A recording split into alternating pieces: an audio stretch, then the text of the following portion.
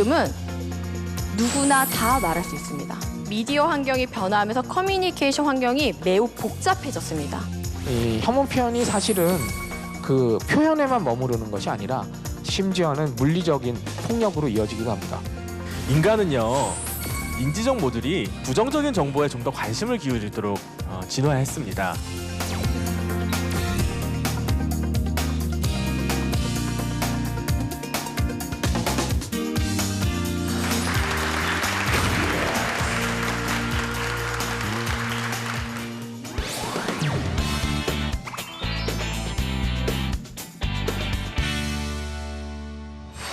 네, 여러분 안녕하세요. 언론학 박사 서희정입니다. 오늘 제가 여러분들한테 말씀드릴 주제는 커뮤니케이션입니다. 오늘날 우리 사회에서 커뮤니케이션이 매우 중요한 역할을 하고 있는데요.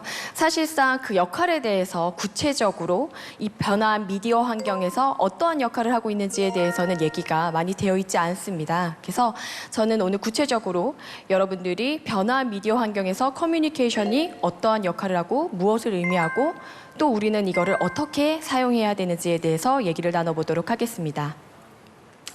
네, 그래서 좀 거창하지만 당신의 커뮤니케이션은 안녕하십니까? 라는 주제로 시작을 해보도록 하겠습니다.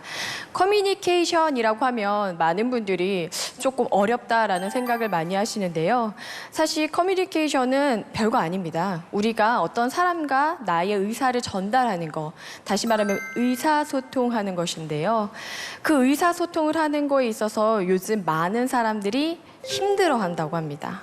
제가 한 가지 예를 들어볼게요.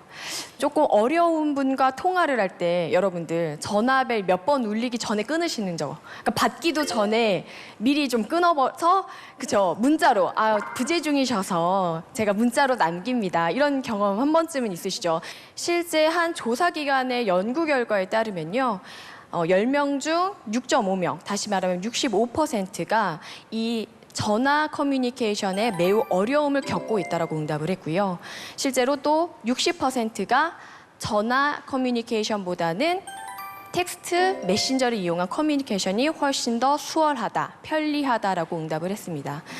사실상 전화 커뮤니케이션도 전화기라는, 다시 말하는 면대면이 아닌 기술을 이용한 커뮤니케이션임에도 불구하고 사람들이 면대면은 더 어려워하고 있고 면대면보다는 전화보다는 또 목소리를 듣지 않는 텍스트에 더 의존을 한다는 것입니다. 그래서 제가 오늘 여러분한테 의사소통에 대한 얘기를 조금 해볼까 합니다. 여러분들 보실 때 의사소통할 때 가장 많이 했던 게 방금 말씀드렸던 기술을 이용한 커뮤니케이션입니다. 아까 말했던 전화기라든가 텍스트 메시지라든가 여러분들이 점점 더 기술에 의존하는 커뮤니케이션을 하는 형태로 지금 사회가 변화하고 있는 겁니다. 미디어 커뮤니케이션이 과연 오늘날 우리 사회에서 어떠한 문제점들을 가지고 있는지를 한번 간단한 예시로 얘기를 한번 나눠볼까 합니다. 많은 분들이 사실 이 사진을 많이 보셨을 텐데요. 혹시 보신 적 있으세요? 네. 지금 촬영하는 장면인데요. 어떠한 사람이, A라는 사람이 B를 죽이는 장면을 촬영한 장면입니다. 근데요, 사실상 이 장면은 이러한 그림입니다. 보이시나요? 네. 다시 보면 앞에 사람이 오히려 도망자고 뒤에 사람이 죽이려 드는 이런 하나의 상황임에도 불구하고 미디어에서 무엇을 포커싱해서 보여주느냐에 따라, 다시 말하면 어떤 측면을 강조해서 보여주는 것에 따라 우리는 커뮤니케이션이 달라지는 거예요. 그렇죠? 자, 여러분들 우리가 커뮤니케이션을 한다고 하면 가장 필요한 것이 발화자죠. 말하는 사람. 그 다음에 뭐가 필요하죠? 말하는 사람이 전달하고자 하는 메시지가 필요하죠. 근데 그 메시지를 뭐를 통해서 하느냐에 따라 달라진다고 말씀드렸죠. 그거를 채널이라고 표현을 합니다. 우리가 전화기로 할 것인지 아니면 뭐 카톡으로 할 것인지 이런 것들을 다 채널이라고 말을 하고요. 내가 말만 하면 되지 않죠. 말을 하면 듣는 사람이 있어야 되죠. 그렇죠? 그래서 듣는 사람이 있어야 되고요. 마지막으로 커뮤니케이션의 중요한 건 듣는 사람이 내가 들었음을 표시하는 피드백이 있어야 되죠.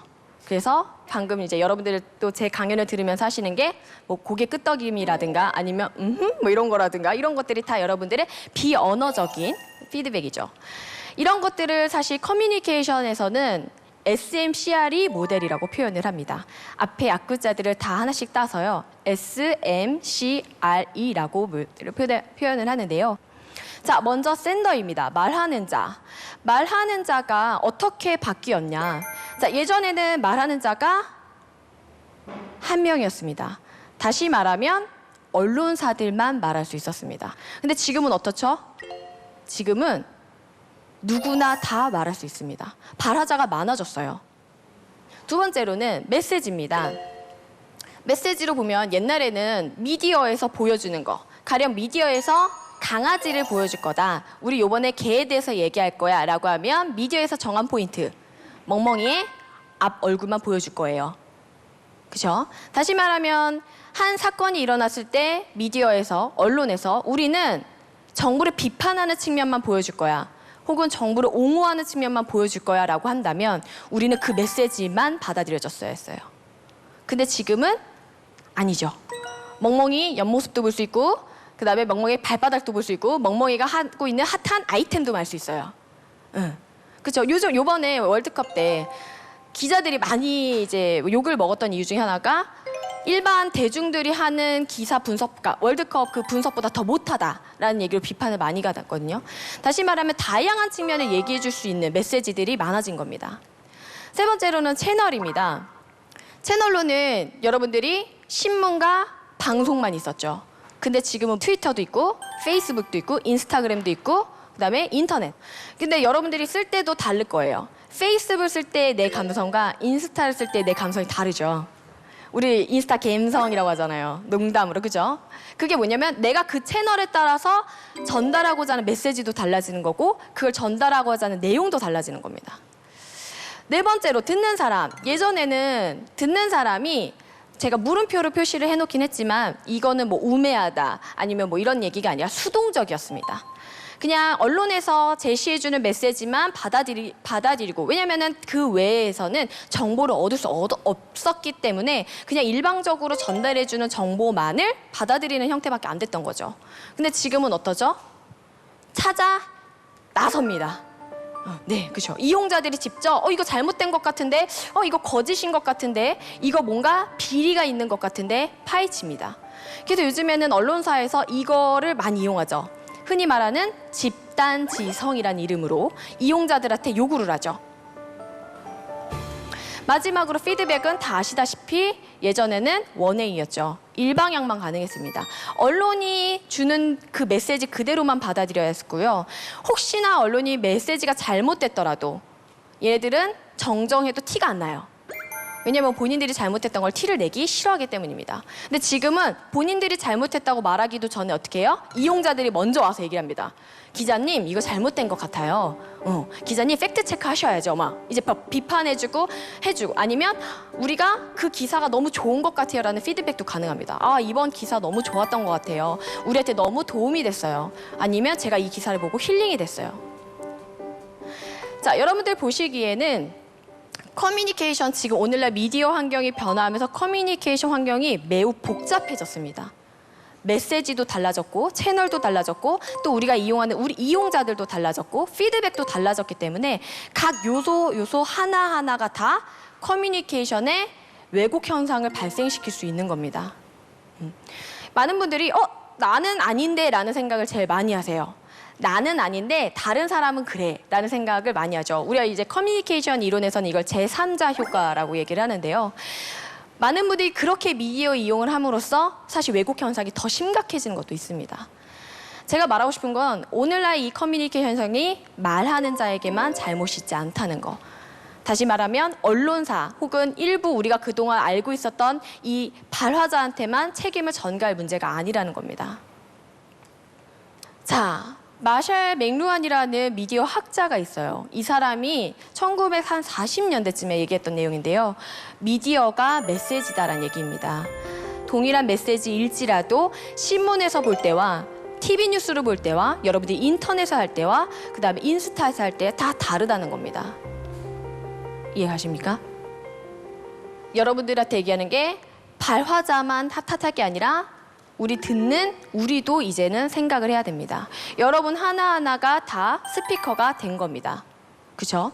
근데 그러면은 얘기하실 거예요, 많은 분들이. 나는 말을 잘 안 하는데요. 저는 인스타 안 해요. 저는 페이스북 안 해요. 전 댓글 안 남겨요. 있으시잖아요, 속으로. 난 별로 안 하는데. 나는 말을 별로 안 하는데 라는데, 제가 말씀드리고 싶은 건 여러분들이 듣는 행위, 여러분들이 이용하는 이용 행위도 말하는 것입니다. 이게 왜 그런가냐? 여러분들이 얼마 전에 댓글 드루킹 사건 보셨죠? 그 드루킹 사건이 왜 문제가 됐습니까? 여론을 조작하고자 했기 때문에 문제가 된 거죠. 근데 여론을 조작하고자 했다는 거에 기저에는 뭐가 깔려 있죠? 댓글은 여론을 반영한다라는 것이 기저에 깔려 있죠. 그죠? 댓글은 여론을 반영한다. 댓글은 여론을 반영한다의 그 밑에 기저에는 뭐가 있죠? 많은 사람들이 댓글을 이용한다가 깔려 있죠. 그죠? 다시 말하면 여러분들이 이용하는 행위가 발화자로 보일 수 있다는 겁니다.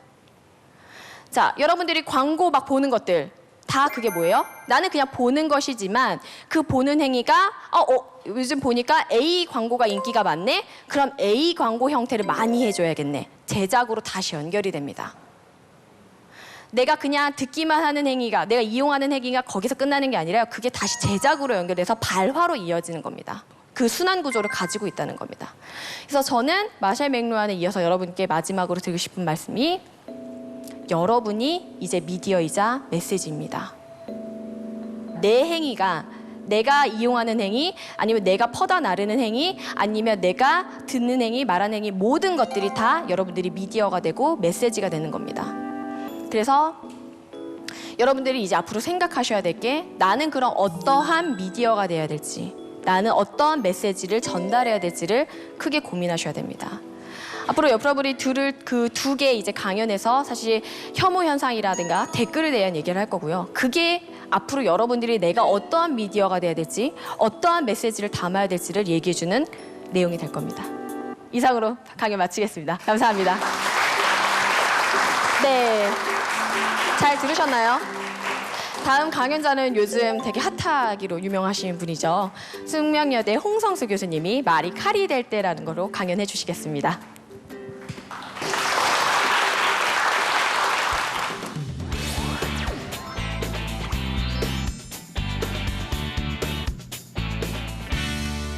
예, 반갑습니다. 소개받은 홍성수라고 합니다.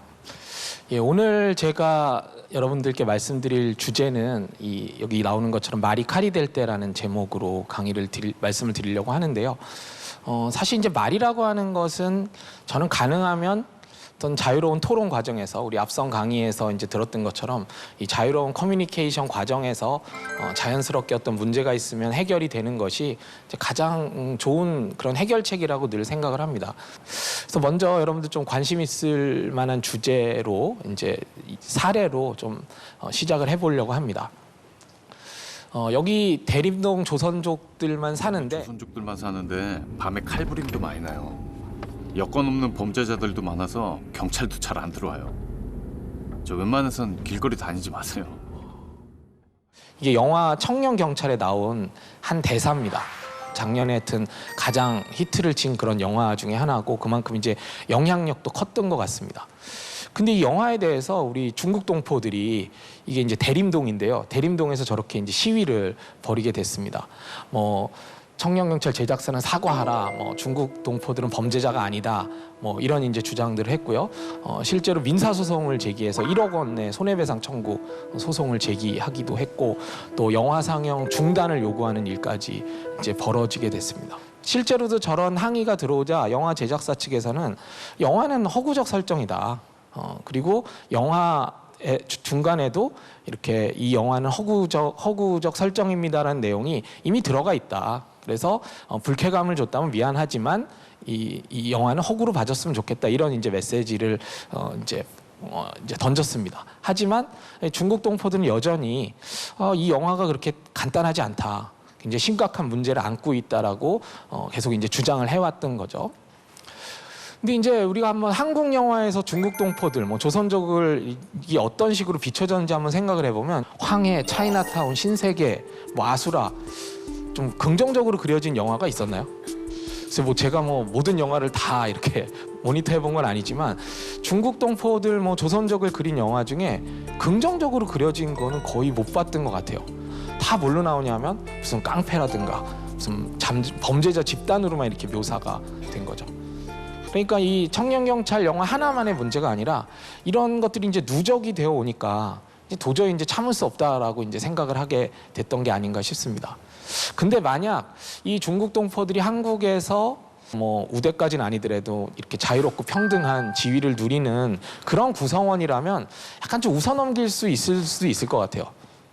근데 사실은 그렇지가 않죠. 여러 가지 사실 편견을 가지고 살아가고 있고요. 아직도 한국 사회에서 이 차별받고 있는 이 소수자의 지위를 가지고 있는 상태에서 영화에서까지 이렇게 묘사를 하니까 야, 이건 진짜 심각한 문제다라고 생각을 하게 됐던 겁니다. 실제로 이게 무서운 게요. 저도 이제 대림동을 갈 기회가 있었어요. 갔는데 이렇게 술에 좀 취하신 분들이 이렇게 왔다 갔다 하시더라고요. 근데 딱 이 영화 뭐 본 적도 있고 이런 이미지도 있고 하니까 야, 여기 진짜 위험하다라는 생각이 얼핏 들었어요. 근데 사실은 대한민국 유흥가 다 어딜 가도 술 취한 분들이 돌아다녀요. 예. 대림동이라고 해서 특별히 뭐 위험한 것도 아니고 어떻게 보면 편견에 의해서 어디나 볼 수 있는 현상들이 왜곡돼서 확대 재생산이 막 되면서 마치 이제 그 동네가 굉장히 위험하고 거기 있는 분들이 무슨 잠재적인 범죄자 집단인 것처럼 이렇게 편견이 막 확대 재생산되는 그런 경우들이 있다는 거죠. 그렇기 때문에 이분들이 야, 이 영화를 아무리 허구라라고 누가 얘기를 해도 허구로만은 볼 수 없는 그런 부분들이 이제 생겨난 겁니다. 일종의 이제 운동장이 기울어진 운동장이라는 비유 있잖아요.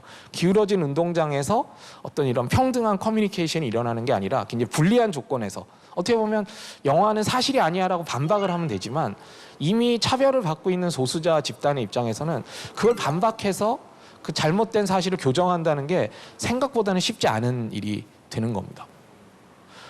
미국의 이 브랜다이스 대법관이 이런 말을 한 적이 있어요. 거짓과 오류에 맞서는 가장 좋은 해결책은 그것을 침묵시키는 것이 아니라 더 많은 표현이다. 젊은 날의 저를 가장 흥분시켰던 그런 말 중에 하나입니다. 정말 멋진 말이죠. 또 존 밀턴이 17세기에 했던 이런 말도 있습니다. 진리와 거짓으로 하여금 서로 맞붙어 싸우게 하십시오. 누가 자유롭고 공개적인 경쟁에서 진리가 패하는 것을 본 적이 있습니까?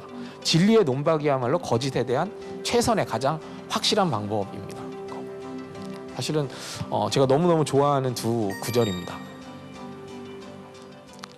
그럼 이 혐오 표현이 뭐가 문제가 되냐? 세 가지 정도로 말씀을 드리려고 하는데요. 첫 번째는 제가 2016년에 이 혐오 표현에 노출된 소수자들이 어떤 고통을 겪는지 연구를 한 적이 있었는데요. 그때 이제 두려움, 슬픔, 긴장, 무력감 또는 심지어는 이제 자살 충동, 외상 후 스트레스 장애 같은 것들을 실제로 겪는 것으로 나타났고요. 그래서 이 혐오 표현 연구자들은 이 혐오 표현이 영혼의 살인이다, 또는 표적 집단의 노인자의 복부를 강타한다, 또는 얼굴에 따귀를 맞는 것과 마찬가지로 즉각적인 상처를 남긴다라고 이야기를 하고 있습니다. 그러니까 우리는 보통 이제 상처하면 물리적인 폭력에 의해서만 상처를 입는다고 생각을 하잖아요. 근데 말에 의해서도 이 소수자에 대한 이런 모욕적인 말이 소수자에 대해서 이런 물리적인 상처를 남기는 것과 비슷한 효과를 낸다는 것이 이제 혐오 표현 연구자들의 공통적인 생각입니다. 그 다음에는 이제 소수자의 사회 참여권이 박탈된다는 건데요. 이게 정신적인 고통을 받게 되면 그냥 마음만 아픈 게 아니라 사실 사회생활을 하기도 좀 힘들어질 수 있는 거죠. 어디 나가서도 늘 뭔가 신경이 쓰이고 어떤 고정관념을 탈피해야 되겠다는 생각을 하게 되고 어떤 아까 같은 사례에서는 왜곡된 정보, 허위 사실을 자기 스스로 계속 교정해야겠다는 생각, 그리고 저 사람이 나를 어떻게 보고 있을까, 굉장히 부정적인 이미지로 보고 있지 않을까, 나를 인간 이하로 대접하는 게 아닐까라는 생각들을 늘 하고 있기 때문에 어디 학교를 가서도 그렇고 직장에 가서도 그렇고 취미 생활을 할 때도 늘 그런 걸 의식하게 되면서 심지어는 정상적인 사회 구성원으로서 사회를 참여할 기회를 박탈당하는 경우도 생겨난다는 것이죠. 마지막은 이 폭력의 문제인데요. 이 혐오 표현이 사실은 그 표현에만 머무르는 것이 아니라 실제로 차별로 이어지기도 하고 심지어는 물리적인 폭력으로 이어지기도 합니다. 이게 좀 간극이 있지 않냐 이런 생각이 들겠지만 어떤 집단을 열등한 존재로 여기거나 인간 이하의 존재로 여기거나 쟤네들은 조금 무시당해도 돼라는 생각이 들면 맞아도 돼라는 생각으로 쉽게 전이가 됩니다. 그게 이제 사실 요 모델이 나온 것은 이 나치의 경험입니다. 나치가 처음부터 홀로코스트를 한 건 아니었거든요. 처음에는 유태인에 대한 또는 다소수자에 대한 편견을 막 조장하기 시작했고 처음에는 뭐 유태인 상점을 보이콧하거나 또는 뭐 공직에서 추방하거나 이렇게 처음엔 그런 일들을 했었죠. 그러다가 나중에는 이제 개토에 밀어넣거나 아니면 해외에 추방하거나 이런 일을 하다가 결국에는 이제 아예 홀로코스트 정말 집단 학살로까지 이어지는 사태로 이어졌던 거죠. 근데 이 많은 연구자들이 이 혐오 표현에서 증오 범죄 또는 제노사이드로 이루어진 그 나아가는 과정이 어떤 경우 굉장히 짧게 형성이 되기도 한다라는 겁니다. 그러니까 차근차근 진행돼서 단계적으로 대처하는 것이 가능할 때도 있지만 순간적으로 혐오 표현에서 제노사이드까지 확 이어질 때도 있다는 거예요. 그래서 이 혐오 표현 단계에서부터 선제적인 대응을 하지 않으면 안 된다 이런 이제 주장들이 나오게 됐던 것이고요. 어느 경우에 이게 순간적으로 진화되고 확산되는가 그런 점을 한번 말씀을 드리고 싶습니다. 첫 번째는 사회문화적 배경이에요. 이 편견이나 거부감이 많은 사회 또는 어떤 민족 중심주의적인 전통이 강하거나 동아주의적인 문화가 강한 그런 사회문화적 배경이 있는 사회에서는 아무래도 혐오가 확산되기 쉽습니다. 왜냐하면 혐오라는 건 약간 이질적인 존재, 나와는 좀 다른 존재에 대해서 그 다름을 인정하기보다는 그것을 열등하게 여기는 데서 출발을 하거든요. 사실 뭐 한국을 염두에 두고 꼭 쓴 말은 아닙니다만 우리는 사실 좀 그런 쪽에 상당히 가깝죠. 뭐 단일 민족에 관한 뭐 이런 신화 같은 것도 있고요. 그래서 우리는 일단 기본적으로 혐오가 확산되기에 약간 용이한 조건을 이미 가지고 있는 측면이 있어요. 한국이라는 사회 자체가.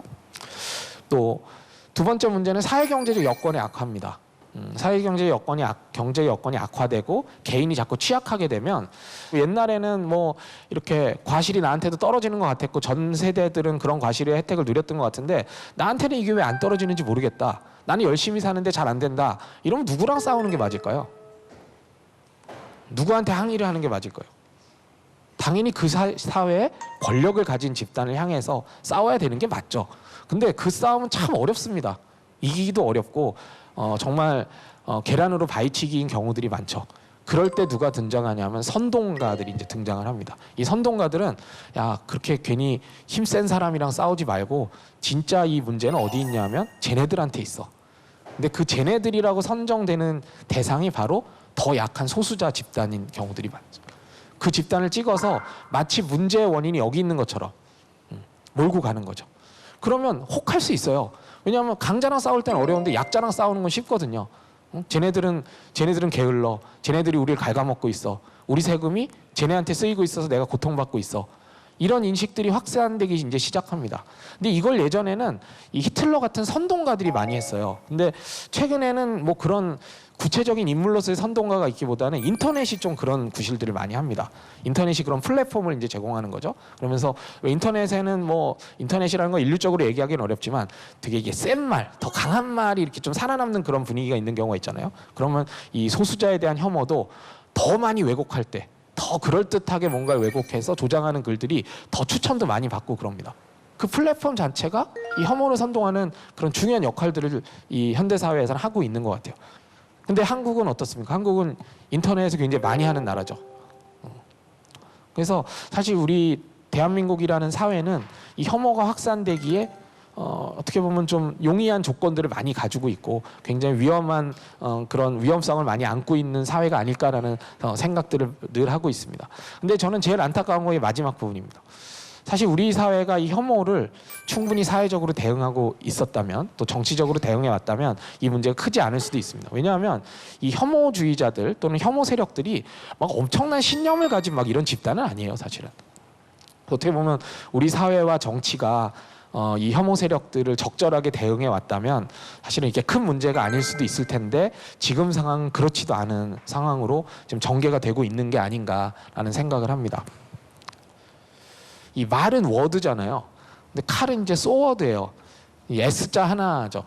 그러니까 S자 하나 차이가 나는 건데 이 하나의 차이로 이 말이라고 하는 것이 누군가에는 정말 엄청난 폭력을 야기하거나 또 기존의 차별을 강화하는 경우들도 있을 수 있다라는 생각을 하게 됐습니다.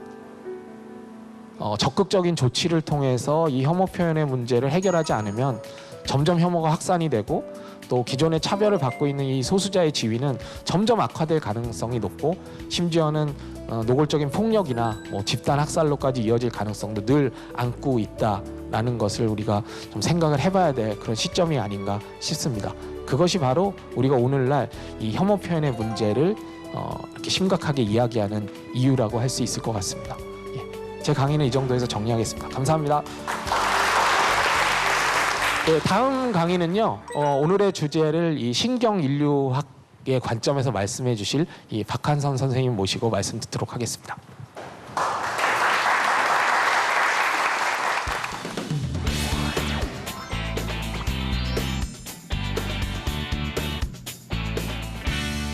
네, 안녕하세요. 예, 소개받은 박한선입니다. 예, 제가 먼저 오늘 이야기하고자 하는 건 인간이 왜 잡담을 하고 가십을 하는가, 그리고 그것이 현대 사회에서 어떻게 이제 심각한 여론의 극단적인 갈등으로 이제 벌어지는지에 대한 이야기를 좀 하고자 합니다. 여러분들 다 모두 사람이시죠? 네, 사람은 다른 동물하고 여러 부분에서 다른데요. 제가 질문 하나 던져드리고 싶습니다. 이 사람이 다른 동물과 다른 가장 중요한 차이점이 있다면 무엇일까요? 아, 네.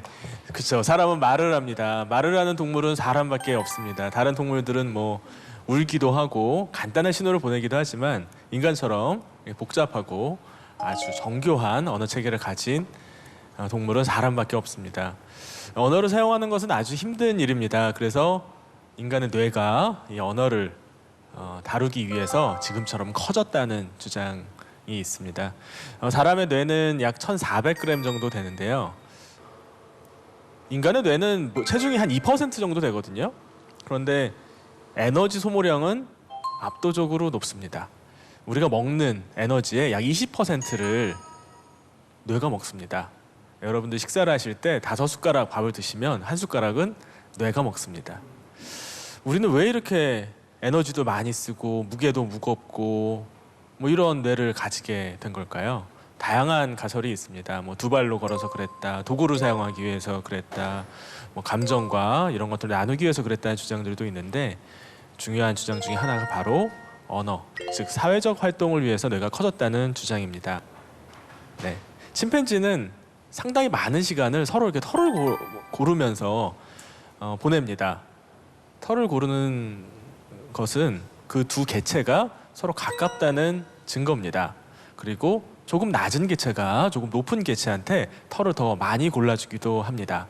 서로 털을 많이 골라주면 더 가까운 개체고 서로 협력하고 또 동맹을 맺기도 합니다. 여러분들도 집에서 털 고르기 많이 하시죠? 가족들끼리. 안 하십니까? 할 수가 없네요. 인간은 털이 없어서 털 고르기를 할 수가 없습니다. 인간이 이제 왜 털 고르기를 할 수가 없는지 그 이유에 대해서는 2가지 주장이 있어요. 첫째는 방금 말씀드린 대로 인간은 털이 없거든요. 체온 조절을 위해서 털이 몸에서 사라졌습니다. 2번째는요, 인간의 집단이 너무 커져서입니다. 그 인류학자 로빈 덤바는 이제 다양한 회귀 분석 방법을 통해 가지고 구석기 시대, 즉 우리의 조상들이 얼마만큼의 많은 사람으로 집단을 이루고 살았고 또 어떤 식으로 사회생활 활동을 했는지에 대해서 연구를 했습니다. 그의 연구에 따르면 우리 조상들의 집단의 크기는 평균 148명 정도였어요. 커도 한 300명, 작으면 한 100명 정도였는데요. 아마 생각해 보시면 과거의 작은 마을의 크기가 이 정도 되었다고 생각하시면 비슷할 겁니다. 그리고 여러분들이 친밀하게 알고 있는 사람의 숫자도 대략 이 정도일 겁니다. 네, 이것보다 좀 많으신 분도 있고 좀 적으신 분도 있겠지만 대략 이 정도입니다. 그런데 침팬지는 54마리, 약 50마리 정도가 한 집단을 이루고 살아요. 그래서 털 고르기 시간이 최대 영장류 같은 경우에는 하루에 20% 정도 되는데요. 그 정도면 필요한 만큼의 협력도 하고 동맹도 맺고 가까운 사교 활동을 할 수 있는 그런 시간이 충분합니다. 그런데 인간은 3배잖아요. 인간이 만약에 털이 있었다 하더라도 털 고르기를 하는 시간은 하루에 60%가 돼야 됩니다. 하루 종일 털 고르기만 하고 살 수가 없어요. 그래서 로빈 덤바는 털 고르기를 대체할 것이 필요하다고 주장했습니다. 그것이 바로 언어입니다. 언어는 털 고르기의 변형이라고 생각합니다.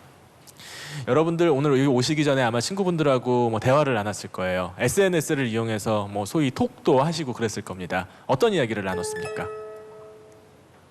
인간의 삶의 목적은 무엇일까?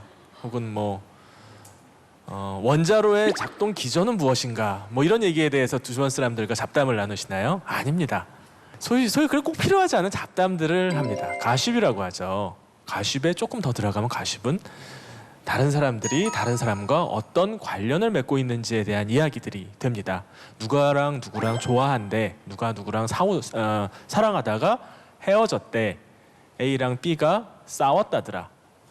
이런 식의 이야기들을 합니다. 이런 식의 이야기를 효율적으로 하기 위해서 우리는 언어를 발명했습니다. 60%라고 하는 털고르기 시간을 확 줄일 수 있는 방법은 여러 명이서 대화를 하는 방법입니다. 그림을 보시면 아시겠지만 5명이 대화를 하고 있는데 보통 4명 정도가 우리는 어울려서 이야기를 많이 합니다. 커피숍에 가도 4명이 앉는 자리가 많고요. 가까운 친구도 3명에서 4명 정도 단짝이 되는 경우가 많습니다. 그 사이에서 비밀 대화도 많이 하고요. 세상에 대한 정보도 많이 나누게 됩니다. 뇌 안에 저 빨간색으로 표시된 부분이 바로 언어를 담당하는 부분이에요. 왼쪽에 있는 부분은 이제 브로카 영역이라고 하는 부분이고요. 오른쪽에 있는 부분은 베르니케 영역이라고 하는 부분입니다. 브로카 영역은 발화, 즉 말을 만드는데 사용되는 뇌의 부분이고요. 베르니케 영역, 즉 오른쪽에 있는 부분은 말을 듣는 데 사용되는 부분입니다. 만약에 뇌경색이나 뇌출혈로 이 부분이 손상되면 말을 하지 못하거나 남의 말을 듣고도 이해하지 못하는 상태가 되기도 합니다. 그런데 침팬지는 뇌 안에 저런 부분이 있을까요? 잘 보이지 않을 정도로 좀 조그마합니다. 인간만 모든 동물 중에서 이 2가지 언어를 담당하는 뇌의 영역을 진화시켰습니다. 이것을 한마디로 사회적 뇌 가설이라고 합니다. 즉 인간의 부적절할 정도로 큰 뇌와 너무너무 많은 에너지를 사용하는 인간의 뇌는 바로 사회적 활동을 위해서 진화했다라는 주장이죠. 언어는 아까 말씀드린 대로 수다와 가십을 위해서 진화했습니다. 인간은요, 인지적 모듈이 부정적인 정보에 좀 더 관심을 기울이도록 진화했습니다. 사실 여러분들이 주변 사람들한테 야, 너 철수 얘기 들었니? 철수가 그렇게 착한 아이래, 이런 얘기 안 합니다. 영희가 어제 일찍 들어가서 텔레비전 보다 잤대, 이런 얘기도 하지 않습니다. 아무런 정보로서의 가치가 없거나 있어도 작은 거예요.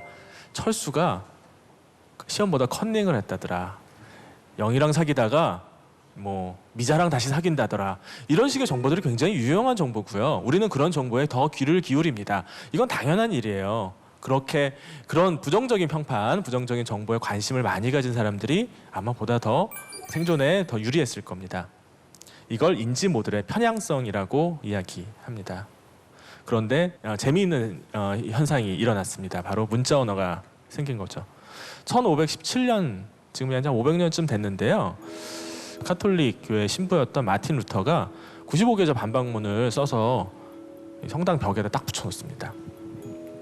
당시 그 유럽 사회를 지배하고 있던 카톨릭 교회의 여러 가지 안 좋은 점을 비판하는 얘기였죠. 그런데 때마침 그 당시에 발명된 활자 인쇄술의 발달로 인해서 이 반박문이 여러 부로 인쇄가 돼서 신성 로마 제국에 불과 2주 만에, 그리고 전 유럽에 불과 4주 만에 쫙 퍼집니다. 그리고 거의 1500년 동안 유럽 사회를 지배하던 카톨릭 교회가 이 사건으로 인해서 무너지게 되는 계기가 됩니다. 우리가 가까운 사람들, 아까 말씀드린 3명, 4명과 나누던 가십과 수다는 인터넷이라고 하는 새로운 환경을 만나면서 폭발적으로 더 그 힘이 강해졌습니다. 그리고 인터넷 세계에선 여러분들이 아시다시피 이런 선정적인 기사들이 넘쳐납니다. 사람들의 관심을 끌기 위해서 이렇게 좀 낚시성 제목을 달거나 있지도 않은 얘기들을 과장해서 이야기하는 경우가 아주 많습니다. 이게 바로 악대차 효과라고 하죠. 두 번째 효과, 네스티 효과라고 하는 게 있습니다. 사회의 일 방향, 한쪽에 있는 사람들의 취향에 관심을 끌게 만들도록 이렇게 좀 편향되어 있는 기사들은 사회의 네스티 효과라고 하는, 즉 극단적으로 여론이 양분화돼서 분열이 심해지는 현상을 낳게 됩니다. 그리고 이러한 문제들이 심각해지면 이러한 사회에 심각한 분열이 되는 양상으로 진행하기도 하죠. 저는 가끔 칼럼을 쓰는데요. 칼럼을 쓰면 댓글이 달리거든요. 그런데 무조건 욕부터 하는 사람들이 있습니다. 그래서 누구는 이제 그런 얘기 하더라고요. 글은 쓰되 댓글은 보지 마. 그런 얘기를 합니다. 참 이상한 일이죠. 글을 쓴 사람도 자신이 쓴 글에 댓글을 보지 말아야 된다는 조언을 받을 정도라면 인터넷 세상에서 나오는 댓글들이 얼마나 무의미하고 얼마나 무가치한지 알 수 반증해 준다고 생각합니다. 댓글 문제로 한국 사회가 한동안 시끄러웠었는데요. 댓글을 쓰는 사람들은 주로 어떤 사람들일까요? 대표적인 이제 포털 사이트가 네이버입니다. 네이버를 이용하는 사람이 1,400만 명이라고 합니다. 하루에 네이버에 한 번이라도 들어가 본 사람이 1,400만 명인데요. 그 중에서 뉴스에 달리는 댓글이 약 30만 개가 하루에 달리거든요. 1,400만 명 중에서 댓글을 다는 사람은 30만 명에 불과합니다. 그 중에서 1,000개 이상의 댓글을 단 사람, 저거는 이제 약 한 3달 정도 사이에 3달 동안 1,000개 이상의 댓글을 단 사람이 460개 정도 됩니다. 그 아이디가요. 댓글을 1,000개나 단다고 하는 것도 놀라운 일이지만 이 1,000개나 단 사람이 400명, 즉 1,400만 명의 네이버 이용자 중에서 댓글의 여론의 향방을 좌지우지하는 사람은 바로 460명에 불과합니다. 여러분들이 매일매일 보고 있는 기사의 댓글들은 다 이 일부의 사람들이 달고 있는 겁니다. 올바른 여론의 향방을 말해주는 지표라고 할 수가 없습니다. 게다가 뉴스에 대한 댓글의 비중도 이 뉴스의 주제에 따라서 많이 다릅니다. 62%가 정치고요. 사회가 20%입니다. 과학이나 생활 문화에는 댓글이 달리지 않습니다. 네. 여러분들이 댓글에 대해서 조금 더 가려서 좀 봐야 되는 이유라고 할 수 있습니다. 경범죄 처벌법이 있습니다. 경범죄 처벌법에 이런 항목들이 있어요. 아무 곳에나 글씨를 쓰거나 그림을 그리면 안 된다. 즉 낙서를 하면 안 된다는 거죠. 이유 없이 시비를 걸거나 겁을 주면 안 된다. 댓글 보면 위협적인 글들도 참 많습니다. 큰 소리로 떠들면 시끄럽게 하면 안 된다. 즉 도배한다고 하죠. 댓글을 자신의 이야기로 쭉 여기저기 다는 사람들이 있습니다. 우리의 현실의 삶에서, 실제의 삶에서 이러한 그 행위들은 경범죄로 처벌을 받습니다. 우리는 도덕적으로 옳지 못하다고 생각합니다. 표현의 자유는 굉장히 중요한 가치입니다. 하지만 표현의 자유가 어떤 식으로 표현해야 될지, 그리고 아무렇게나 내가 내 의사를 표현해도 되는지, 그런 부분의 표현의 방법에 대한 자유도 부여해 주는 것은 아닙니다.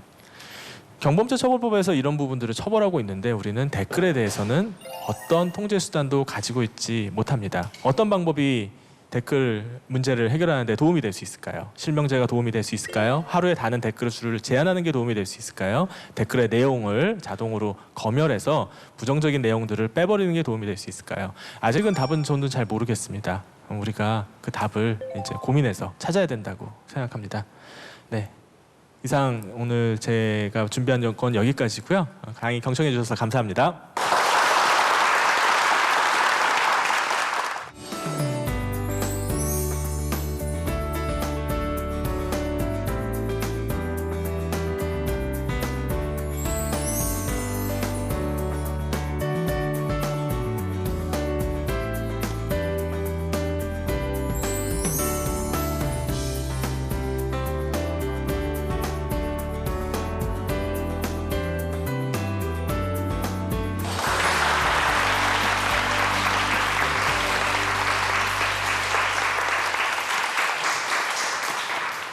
예, 사실 강의가 짧았죠. 짧아서 나름대로 이렇게 요약해서 잘 말씀드리려고 했습니다만 또 미진한 부분이 있을 것 같아요. 그래서 여러분들이 더 궁금한 점이 있으면은 질문을 해주셨으면 좋겠고요.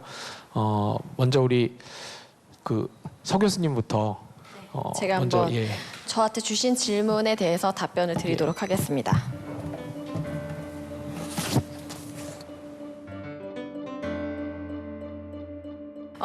우선 첫 번째 질문지는요. 초등학교를 자녀를 둔 어머님이 보내주신 저한테 이제 질문입니다. 내가 좋은 메시지와 미디어가 되기 위해 해야 할 노력은 무엇일까요? 라고 말씀을 주셨습니다. 혹시 질문 주신 분 계실까요? 네.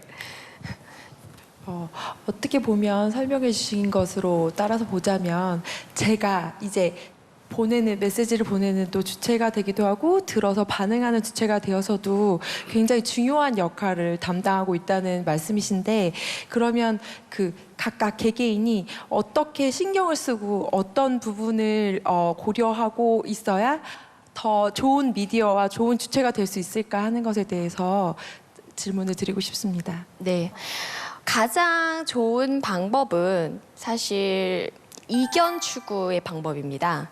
여러분들이 A라는 기사를 봤을 때 그 A가 어떠한 관점에서 이야기하고 있는지, 그럼 그 관점에 반대되는 얘기를 내가 조금은 불편할지라도 찾아보는 게 되게 필요합니다. 그 다음에 좀 자기가 의지적으로 그렇게 할더라도 좀 안 될 경우가 있거든요. 특히 이제 학생을 둔 부모님 입장에서는요. 그럴 경우에는 같이 미디어 일지를 써주시는 걸 저는 적극 추천을 합니다. 그건 인터넷에 치시면 미디어 일지 쓰는 방법이 나옵니다. 구체적으로. 그거를 쓰시면 내가 한쪽에만 편향되게 지금 미디어를 이용하고 있구나를 한 일주일만 쓰셔도 파악이 가능하실 거고요. 또 자녀와 보시는 부모님 입장에서는 아이들이 어떤 미디어 메시지를 볼 때 옆에서 계속 지도를 해주시는 게 가장 필요합니다. 제가 이제 강의 때도 말씀드렸지만 과거에는 자신이 원하지 않는 자신의 생각과 다른 주장도 어쩔 수 없이 들어야 됐어요. 주변 사람들도 얘기해주고 전통 문화도 있고요. 부모님이라든지 친구들 얘기도 있으니까요. 그런데 지금은 인터넷을 통해 가지고 이 단방향적인 정보 교환이 많이 일어나기 때문에 자신이 원하는 정보만 하루 종일 찾을 수 있고요. 자기보다 더 그 주장을 강하게 내세운 사람들과 집단도 만들 수 있고 무리도 만들 수가 있어서 한번 어떤 생각이 굳어지면 그 생각이 교정되기가 참 어렵습니다. 서 교수님 말씀대로 일부러라도 자신과 반대되는 생각을 가진 주장들, 그 근거들을 찾아보는 연습을 하면 조금 더 균형 잡힌 시각을 가지는 데 큰 도움이 될 거라 생각합니다. 네. 자, 저도 이제 질문 하나 받아서 이야기해 보도록 하겠습니다. 질문 내용이 이러네요. 요즘 사회적 약자에 대한 혐오가 만연해 있다고 생각을 합니다. 교수님은 이에 대해 어떤 대책이 필요하다고 생각하시나요? 사실 제가 그 대책 부분은 그렇게 많이 말씀드리지는 않았는데요. 저는 늘 뭐라고 말씀드리냐면 일단 중요한 거는 고용과 교육 영역이 가장 이제 중요하다라고 생각을 합니다. 왜냐하면 이 고용 영역의 경우에는, 그러니까 직장에서 나타나는 혐오 표현은 그 혐오 표현이 표현에서 그치는 게 아니라 바로 차별로 직결이 돼요. 예를 들면 우리 사장님이 인종차별적인 표현을 막 하세요. 이주 노동자들이 막 있는데, 근데 그런 말을 듣고 거기서 일하는 이주 노동자들이 사장님은 말씀만 저렇게 하시지 차별을 하는 분은 아니야. 이게 분리가 될까요, 직장 안에서? 사실 분리가 되기 굉장히 어렵습니다. 직장에서는 일단 권력관계가 형성이 되어 있고 사장님이 그렇게 말씀하시는데 사장님 그거 아닙니다. 그런 농담을 하지 마세요. 뭐 이렇게 사실 반박한다는 게 어렵기 때문에 그 국가인권위 법에서도 사실은 이제 그런 행위를 일종의 차별로 간주를 하거든요. 다른 나라에서도 이제 혐오 표현이 고용 영역에서 발생했을 때는 이거는 그냥 말이 아니라 그 자체로 실제 힘을 가지고 있다라고 합니다. 그래서 저는 이런 거부터 일단 규제를 하는 것이 필요하지 않을까. 그 다음에 또 생각해 볼 수 있는 건 교육. 학교 선생님이나 또 대학의 교수가 강의 시간에 이제 그런 이야기를 하는 것도 역시 이 기울어진 운동장이 가장 극명하게 드러나는 부분이잖아요. 성적에 대한 뭐 평가권을 가지고 있거나 이런 분이 이제 그런 말들을 하게 됐을 때 교육 관계가 악화되는 거, 이런 것들은 좀 막을 필요가 있지 않을까.